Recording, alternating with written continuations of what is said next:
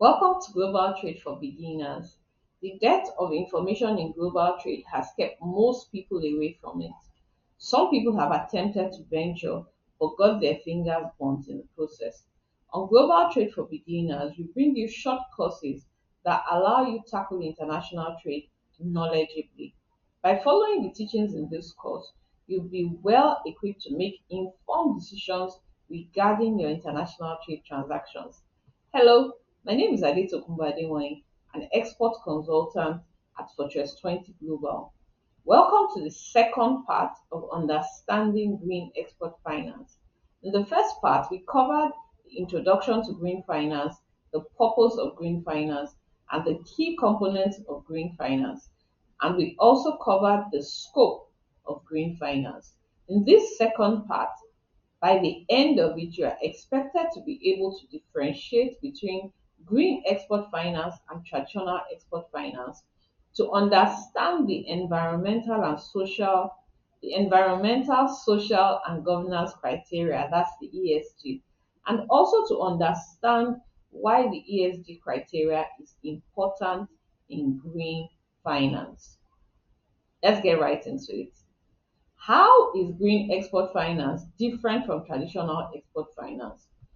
Green export finance differs from traditional finance in several key ways, particularly in relation to its focus and objectives, the type of projects it supports, the financial instruments and terms it uses, the risk management mechanisms, the regulatory and compliance aspects, and lastly, the stakeholder involvement. Let's do a comparison between both, highlighting this in the light of the points that we have mentioned. In terms of focus and objectives, green export finance supports exports that promote environmental sustainability, focusing on projects like renewable energy and pollution control, aligning also with global sustainability goals. Traditional finance, on the other hand, broadly funds diverse projects prioritizing profit and business growth with little or no with less emphasis on environmental impact. In terms of the types of projects and products, green export finance funds export of eco-friendly technologies, sustainable products like organic foods and services, promoting environmental protection such as waste management. Traditional finance, on the other hand, supports a wide range of sectors, including conventional products and services, without necessarily prioritizing environmental sustainability. In relation to financial instruments and terms, green export finance offers green bonds and loans with favorable terms for eco-friendly products, along with incentives like subsidies and tax breaks to promote green exports. Traditional finance, on the other hand, provides standard loans and bonds with general terms based on typical financial metrics without specific environmental considerations. We're still comparing green export finance with traditional export finance. With regards to regulatory and compliance aspects, green export finance requires adherence to environmental standards and certifications like LEED, ISO 14001, and carbon footprint reduction. It aligns with international environmental regulations and agreements. For traditional finance, it complies with standard financial regulations without a focus on environmental requirements. In terms of risk management, green export finance considers environmental risk and includes strategies to mitigate them, focusing on regulatory and market shifts for green products. Traditional finance, on the other hand, prioritizes financial risks like credit and market risk, using standard risk management without an emphasis on environmental factors. And lastly, in relation to stakeholder involvement, green export finance involves environmental organizations, regulators, and sustainability experts. It also forms partnerships with government agencies, NGOs, and international sustainability groups.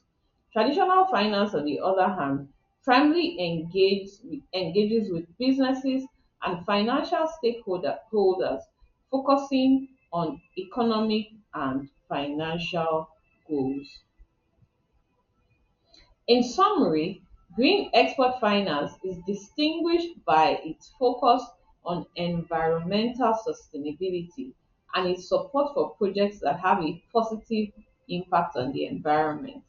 It incorporates specialized financial instruments, risk management practices, and regulatory compliance tailored to green objectives. For traditional finance, it generally prioritizes financial returns and economic growth without specific environmental considerations. Let's talk about the ESG criteria. The environmental, social, and governance criteria are standards that are used to assess a company's operations and their impact on the society and the environment. These criteria are essential for evaluating the sustainability and ethical practices of a business, and they are increasingly becoming important in the realm of green finance.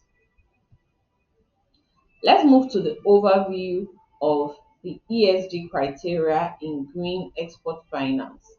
The ESG criteria are integral to green finance, and they ensure that investments not only deliver financial returns but also contribute to a more sustainable and ethical world. Let's examine the environmental criteria. That's E.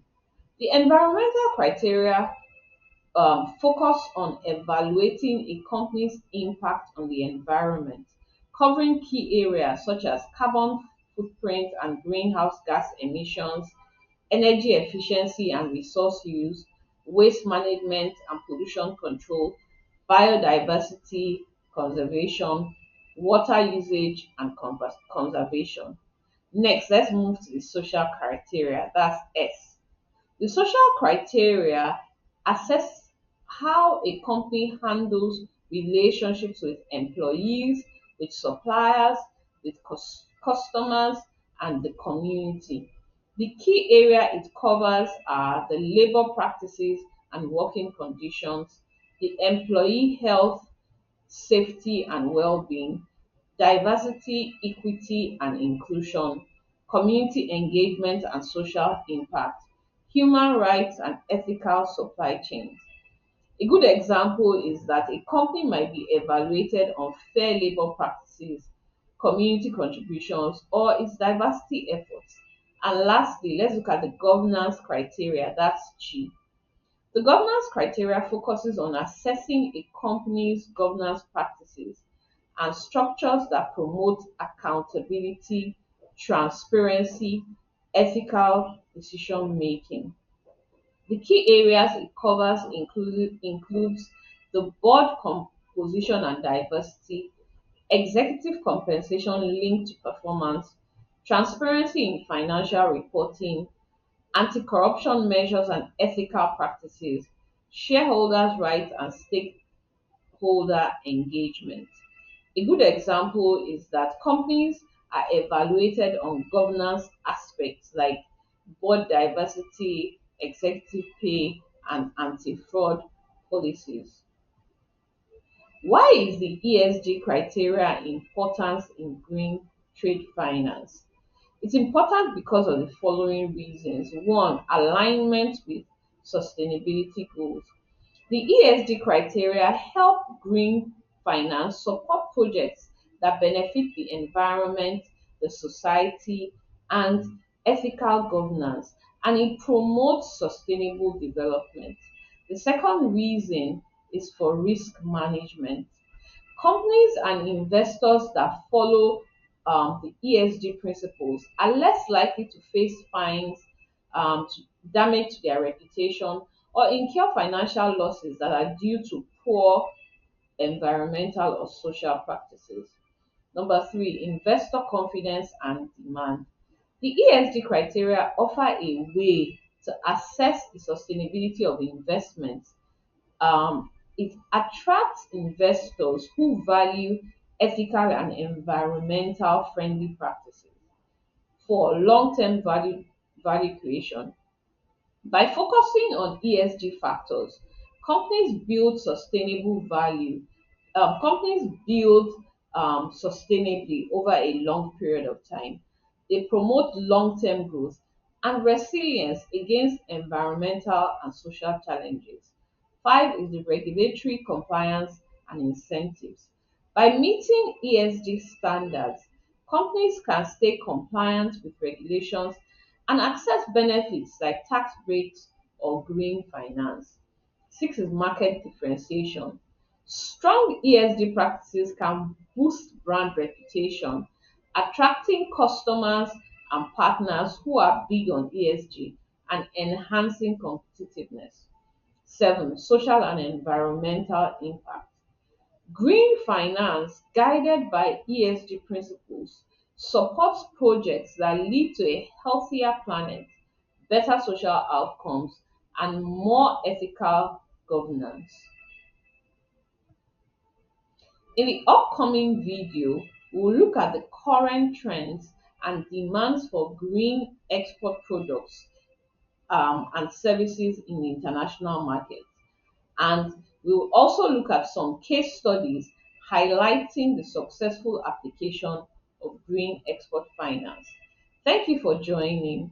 Join us in the next video as we move on to the third and final part of understanding green export finance course. See you soon.